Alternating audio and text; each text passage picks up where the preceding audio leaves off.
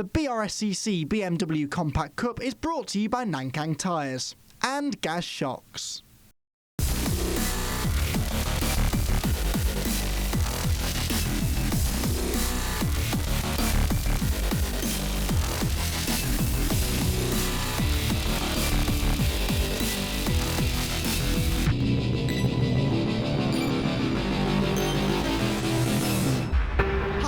Welcome to Silverstone for the first round of the BRSCC Nankang Tyres BMW Race Day Compact Cup. We're going to have two races for you this weekend, and Andy McEwan is going to be doing the commentary. So please, can you give us a lowdown of this year's championship runners?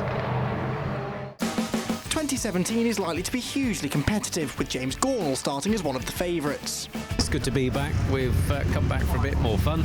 We enjoyed last year. Obviously, it ended very well with the championship, but I don't think anyone successfully defended their championship, so I'm going to be trying this year. Stephen Daly, though, is likely to be a thorn in his side all year.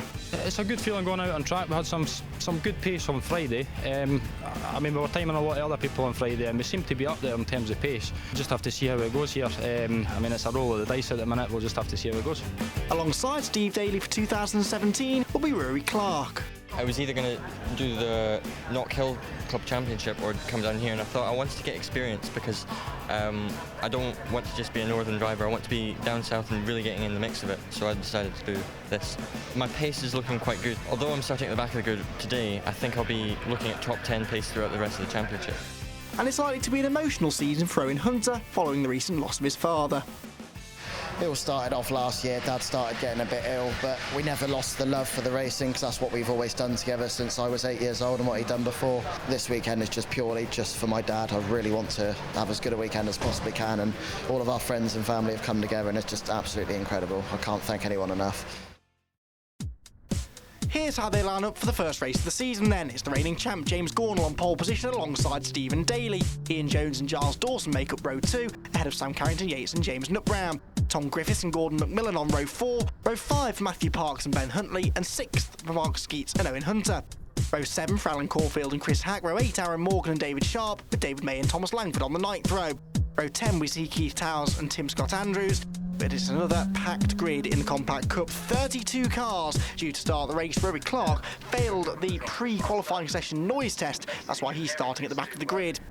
It is a scorching day at Silverstone today. Ambient temperatures around the mid-20s. And the drivers already, you can see on the grid, fanning themselves, swinging the doors open and closed, trying to get a few last-second bits of cooler air into the cockpit. James Gornall then starts on pole position. Stephen Daly alongside him, possibly the two favourites coming into this season for the championship. James Nutbrown, they're one of those looking to try and get themselves in the mix as well as the red lights go out. We're away and racing in 2017. On the front row, it's Gornall who gets the jump on Daly, but Nutbrown's had a good start, and he, with new colours on his car in 2017, is trying already to carve his way through the cars in front of him.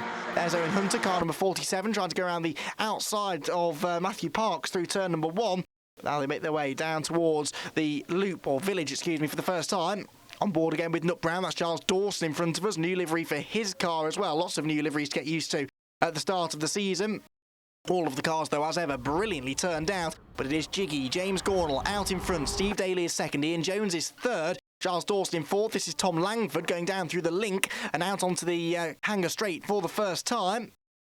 And he is already getting himself right into the thick of the battles. Back on board with James Nutbrown, down towards the braking zone at Stowe Corner. Giles Dawson in front of us. Giles Dawson alongside us. James Nutbrown trying to move through here into fourth position.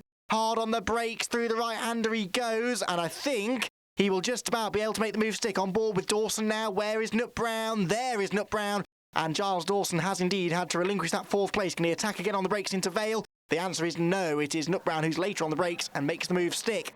All sorts of silliness going on further back. That's Owen Hunter with the number 14 car of Alan Caulfield doing battle with him. One car up over two wheels over the curb, but the top two at the end of the first lap of the season already starting to escape. James Gornall and Stephen Daly with nearly a second now in hand. As further back, that's Peter Dell, and that was a scary moment coming out of the final corner. We ended up pointing almost the wrong way and heading towards the pit wall. Looks like Jim Barrett was involved. He's the black and white car just rejoining a bit further up the road. But Peter Dell falls right the way to the back of the field. Right, on board once more with Giles Dawson as we try to retaliate against James Nutbrown and get this fourth place back. Replay here from on board with Aaron Morgan, and look in front, that is Jim Barrett getting turned sideways and spearing off to the right-hand side of the road. Peter Dell and Aaron Morgan had a focusing moment there as he wondered for a second whether Peter Dell's car was going to be spinning back in front of him. Back on board with Giles Thorne, the pair of eyes across the top of his windscreen, denoting that that is his car we're on board with. He is still chasing down James Nutbrown, who seemed to be getting away from him slightly in a straight line there. This is, as we can see, the battle for 4th position, making its way through Stowe Corner for the second time of asking. Top 3 just starting to break away slightly now. And Dawson again on the run down towards Vale, not quite able to keep up with James Nutbrown's car. Through Vale. Inch perfect through there for Giles Dawson, and again through the first part of club, uses just the right amount of curb, no more, no less. But look at this, further back, Gordon McMillan has got Sam Carrington-Yates coming through on the inside. Now Sam didn't have a brilliant start, he started 5th, but as you can see, he's now trying to get 7th place back as they run wheel to wheel down towards the first corner. Mark Skeets is the yellow car, thinking about making it 3 abreast, but thinks twice about that and backs out of it. Gordon McMillan just nerves the back of Sam Carrington-Yates' car as they make their way out of Abbey. Sam had a win last year at Rockingham early on in the season, and this year will very much looking to try and put together a championship campaign.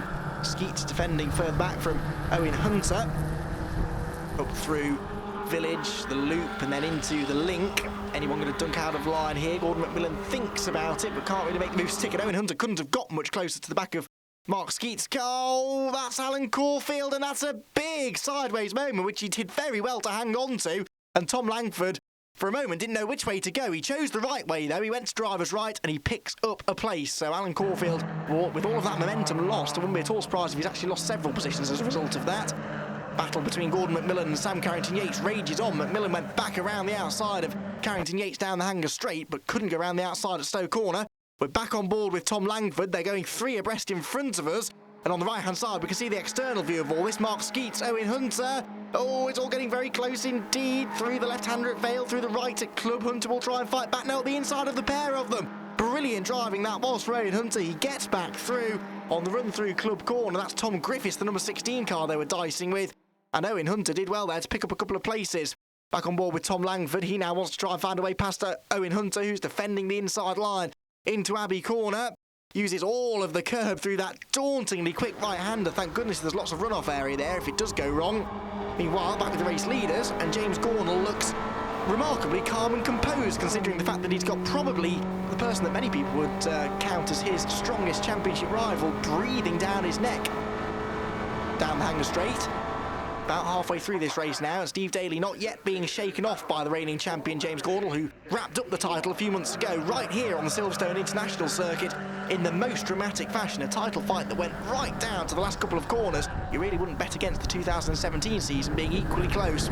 Battle here further back, that's the 45 car of Brendan Murphy. Martin Gadsby and David Ashforth are involved as well, Gadsby in the 9 car, Ashforth in line behind him.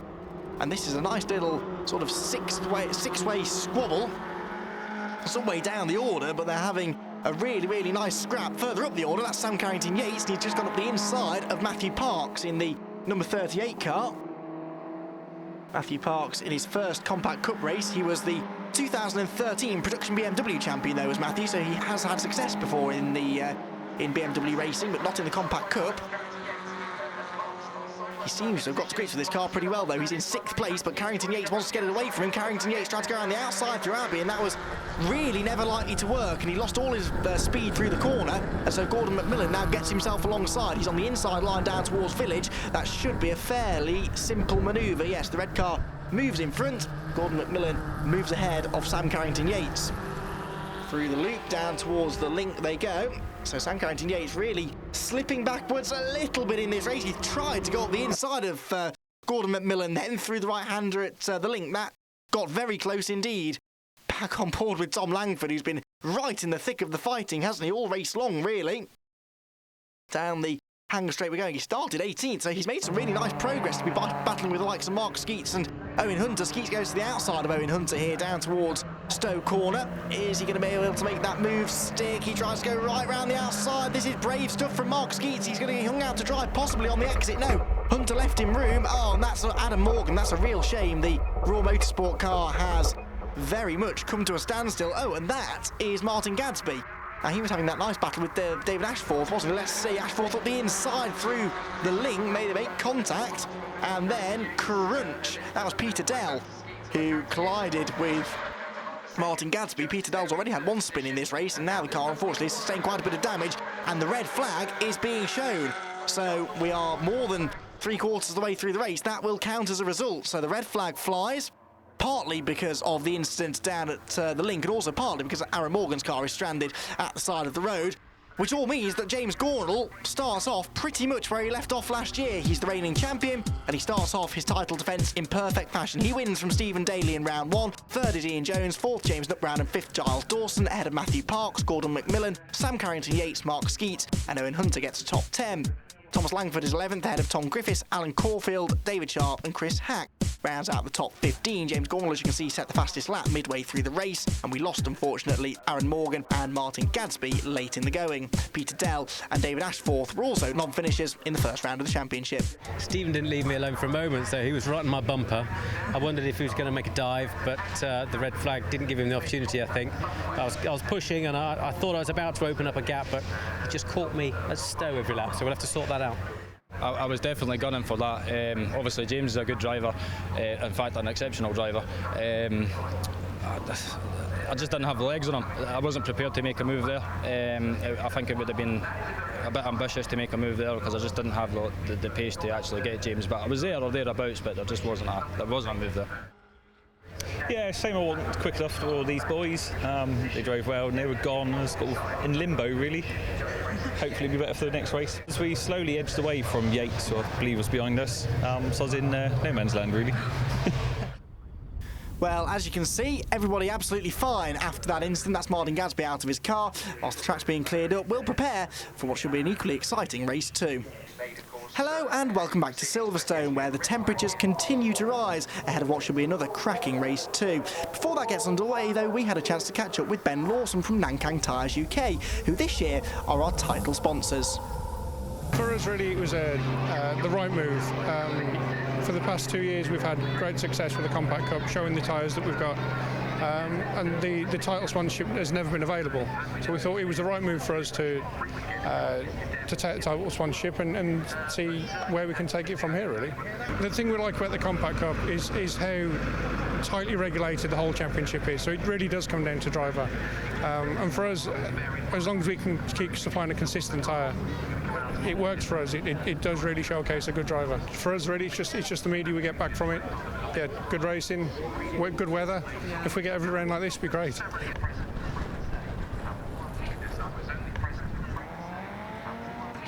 So the cars are lining up on the grid ahead of what should be another cracking race here at Silverstone. Here's how they line up. It's James Gornall and Stephen Daly once more sharing row 1, with Ian Jones and Sam Carrington-Yates on row 2. Row 3 for Giles Dawson and James Nutbrown. Row 4, Tom Griffiths and Gordon McMillan. Ben Huntley on his own on row 5 though, because Matt Parks had a fuel leak after race 1. He will be a non-starter. So too will be Aaron Morgan after his rather spectacular engine failure in race 1. We're on board with Giles Dawson for the start. Away we go. And from in front of him, we can see that Ian Jones has had a mega launch off the line. He gets up the inside of both the front row sitters. James Gornall in the middle, Steve Daly on the outside. And coming up the inside of the pair of them is Ian Jones. And he will take over the race lead through turn 1. So Jones gets the lead, side by side for second between Gornall and Daly. But Gornall's coming back at Jones. We go through Farm, down towards Village for the first time. And Ian Jones sensibly defends the inside line as heavily as he dares. Around the outside goes Stephen Daly, and he gets hung out to dry by a very fast starting Gordon McMillan. So McMillan's up to 3rd, having started 8th. On board with Giles Dawson, that's Owen Hunter and James Nutbrown in front of us. Down through the link for the first time we go, side by side, wherever you look. In front you can see Stephen Daly's just gone back ahead of Gordon McMillan as they make their way down the hanger straight, where James Gornall is already trying to retaliate and get the race lead back. He pulls himself alongside Ian Jones. He's got the slipstream, he's got the momentum, but he's on the wrong side of the road, really heading down towards Stoke Corner. Will he choose to brave it out around the outside? This early in the season, you'd suspect not, but he's going for it. James Gornall goes right around the outside of Ian Jones. Fantastic move, and Gornall is back in the race lead. Well, he's well and truly fired up to try and retake the championship this year, isn't he? He's got back in front. He's defending the inside line down towards Vale, where Ian Jones is very, very late on the brakes. He runs a bit wide, but he holds on to second place. Steve Daly gets alongside him then. James Nutbrown's at the inside of Gordon McMillan, and look at Stephen Daly. Goes from the very outside of the track, dives across the nose of Gordon McMillan and gets inside of Ian Jones and moves back into second place. So despite all of the shuffling we had on that first lap, we actually end the first lap the same way we started it, with James Gordon in the lead, Steve Daly second, and Ian Jones third. It's then side by side for fifth position, that is, between Owen Hunter and James Nutbrown, but Hunter couldn't quite make moves stick. There's Charles Dawson in behind them. So Dawson crossed the line in seventh, with Skeets, Huntley and Carrington Yates rounding out the top 10. Down towards Village they go once again, and Charles Dawson tries the outside of Owen Hunter. He carries much more speed through the corner as a result and gets up the inside of Owen now down towards the link. Look further back as he made that one stick. No, he hasn't. Hunter got across his nose and gets to the inside line to defend, but that means that he's a bit slow off the corner again, and Charles Dawson carries more speed. Can Hunter get across to defend once more? No, he can't. So Charles Dawson gets up the inside down the hanger straight, and you can just see the extra speed he took from that wide line through the link, and it's carrying him all the way through down the straight. More gesticulations going on. He wants to work with Owen Hunter because you can already see the leading cars getting away. So as Dawson makes the move stick, James Nutbrown is trying to do a Gornal here and get around the outside of Gordon McMillan through Stowe. He, though, does not have quite the same success that the race leader enjoyed a lap ago, and so James Nutbrown has to settle back in line in fifth position. Gordon McMillan, a brilliant start, 8th to 3rd briefly, and then lost out to Stephen Daly again, dropped down to 4th. But Gordon, having finished the first race in 7th with much improved pace at the start of this year. Ooh, all sorts of silliness going on further back. That's the 32 car losing some ground. The orange machine, that is a Chris Hack. And also dicing around with him is Thomas Langford there in the 75 car, Alan Caulfield, the purple and white car in that mix too, fighting wherever you look, as ever in the Compact Cup. Now Charles Dawson here still trying to find a way past James Nutbrown, who runs a bit wide in front of us through Abbey, but then Charles Dawson has armfuls of opposite lock through the left-hander at Farm, so they both lose momentum. Dawson still tries to look up the inside, but he's got Owen Hunter looking up the inside of him. Then it's Mark Skeets next in line, having a really good weekend here at Silverstone, and just behind them is Sam Carrington Yates, winner at Rockingham last year, who's not having such a good start to the season, is he? Dawson's gone up the inside of Nutbrown there. He's picked the place up, and look at this scrapping going on behind. David Ashford, Phil Adcock, and the number 45 machine there as well in the mix of Brendan Murphy, and just in front of them Peter Dell here battling away with the 76 machine of Simon Welch, on board with Phil Adcock as we head out of the link and down the hanger straight once again, looking in his mirrors, looks right, looks left, looks right, looks left again, because he knows he's got cars all over him. You can see one car coming alongside behind him. That looks to me as though it's the 23 car of David Ashforth. Yes, it is, and Ashforth is going to go through on the inside line down towards Stowe Corner, so nice move made there by David. Back with the race leaders there at Abbey, and this is the fight for 4th place between Gordon McMillan and Charles Dawson, the two red machines. Through the first corner they go, and just behind them on the right hand side of the screen, this fantastic battle for 6th between Owen Hunter, James Nutbrown, Mark Skeets and Sam Carrington Yates. So pick a side of the screen to focus on. We'll focus on the left hand side first, because that's for 4th place, and that sees Charles Dawson going up the inside of Gordon McMillan in towards Village, the right hander, then through the loop and down the hill into the link, and he'll have the inside line again for this right hander. So I think Charles Dawson will go through. McMillan carries all the speed in the world on the outside line, in fact a bit too much. He runs out wide, and Charles Dawson goes through. On the right hand side of the screen you saw Mark Skeets starting to lose a bit of ground as Charles Dawson again waving frantically at Gordon McMillan. Work with me so that we can pull away from the cars behind, because their side by side battle, look, it's allowed Owen Hunter and James Nutbrown to close right in. Sam Carrington Yates behind has picked up a couple of positions as a result of the fighting that was going on that we were also watching on the other side of the screen. Charles Dawson has moved his way through into 4th place. That was a car running wide, and I think that was Sam Carrington Yates. So having gained a couple of places in the previous corner, Sam unfortunately may well have just lost them again. Back on board with James Nutbrown, that is Owen Hunter in front of us, and just in front of him is the Dawson and McMillan squabble. Charles Dawson, though, now having got past Gordon McMillan, will be looking to try and pull away further up the road and maybe chase on after Ian Jones. Right, replay on board with Ben Huntley of what happened to Sam Carrington Yates. And yes, I think he just outbraked himself there, didn't he? He aimed at the apex and hoped for the best, but the car wouldn't turn, and so Sam ended up running way wide. Packed with this squabble, and they're 3 abreast this time in towards Village as Gordon McMillan throws one up the inside of Charles Dawson. He's coming back at the number 95 car, and Owen Hunter's trying to figure out a way in which he might benefit from this. They're all going to arrive at the link pretty much together. on board with James Brown, who's got a bird's eye view of all of this as Gordon McMillan gets very, very sideways, runs out wide. That held Owen Hunter up slightly as well, and so Brown gets on the inside of the pair of them, and he looks like he's going to pick up 2 positions. Oh, that, unfortunately, is Phil Adcock off down at Vale, and he's beached the car in the gravel, goes up the inside of 2 cars, one of which was David Ashforth, loses the rear of the car, slithers out into the gravel trap, and unfortunately gets well and truly beached, so his race is run. Now this is a nice little battle going on for 11th place. That's the number 16 machine, just about holding on to that place of Tom Griffiths, but right behind him in the 40 car, the bright orange and purple car, is David Sharp. Tom Griffiths, one of 6 drivers in this race who are rookie drivers, i.e. they have competed in 6 or less races in their motorsport career, and you can tell those drivers because they're the ones with the novice cross on the back of the car. You'll see as they come out of Club Corner the yellow box with the black cross. Once they've completed 6 races and got the necessary signatures, then that cross will disappear, but for the time being it's there just to warn perhaps some of the more experienced drivers that they might find themselves racing with that they are doing battle with a driver who has a bit less experience than they do, and that maybe it might be a good idea just to give them a bit more racing room. Well, Compact Cup drivers tend to give just about enough racing room, but the racing is very close, isn't it? And that's why spectators and drivers alike find it one of the most exciting championships in the country. You can see just how close they get around this Silverstone International circuit, and year on year we get packed grids and lots of interest in this championship. Lots of interest in this man as well, I think, in 2017. James Gornall just a couple of corners away now from a double race victory. He wrapped the championship up here at Silverstone just a few months ago, and he starts his title defence in perfect fashion. James Gornall wins both races here at Silverstone at the start of the 2017 season. Stephen Daly will come home in second. Once more, he pushed him hard to the flag but couldn't quite get there. Ian Jones will come home a rather distant third in a fully refurbished car.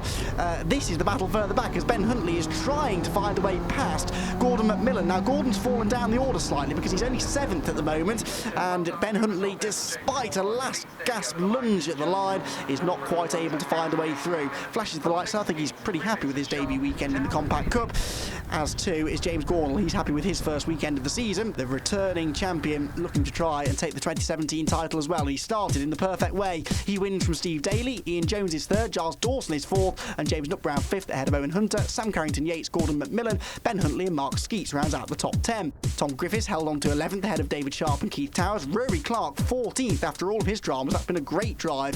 Outside the top 20, Tony Rudd and Jack Yates. Phil Adcock was the only non-finisher, whilst James Gornall doubles up on race wins and also on fastest laps. I was a sandwich at the start because I got a rubbish start. These 2 squeezed me, but it was all clean, it was all fair. But then Stephen got boxed out, and I was quite pleased to get that advantage back. But then Ian's been telling me slow down the straight, so I thought I'll go around his outside, and then he was alongside me all the way, and I had to make some sort of stupid move around the outside at Stowe. Luckily it stuck. And how did that stupid move look from your point of view, Ian? Not good. Not good at all. But he pulled it off, so well done, James. Yeah, it's definitely worth the travelling down, especially to race all these guys. They're top class. Big thanks to the KC Motorsport guys this year. This event, they've done nothing but give me the best of car. I feel my car could have done it there, but unfortunately it didn't. It was a mistake from myself. But we live and learn, and we'll move on to the next round. Well, it wasn't a bad weekend for Stephen Daly. 2 second places means that he's only 8 points behind James Gornall leaving Silverstone. Ian Jones is 3rd, James Brown is 4th, and Giles Dawson is 5th place as we now head to Alton Park. Well, it's been a long 5 months to wait over the winter for this, the first meeting of the BRSCC Nankang BMW Race Day Compact Cup of the 2017 season. But my word, was it worth the wait. Those repeat 1, 2, 3s in both race 1 and 2 have set the tone for the rest of the season. And we've got just 2 short weeks to wait until they're racing again at Alton Park. Make sure you tune in not to miss the action.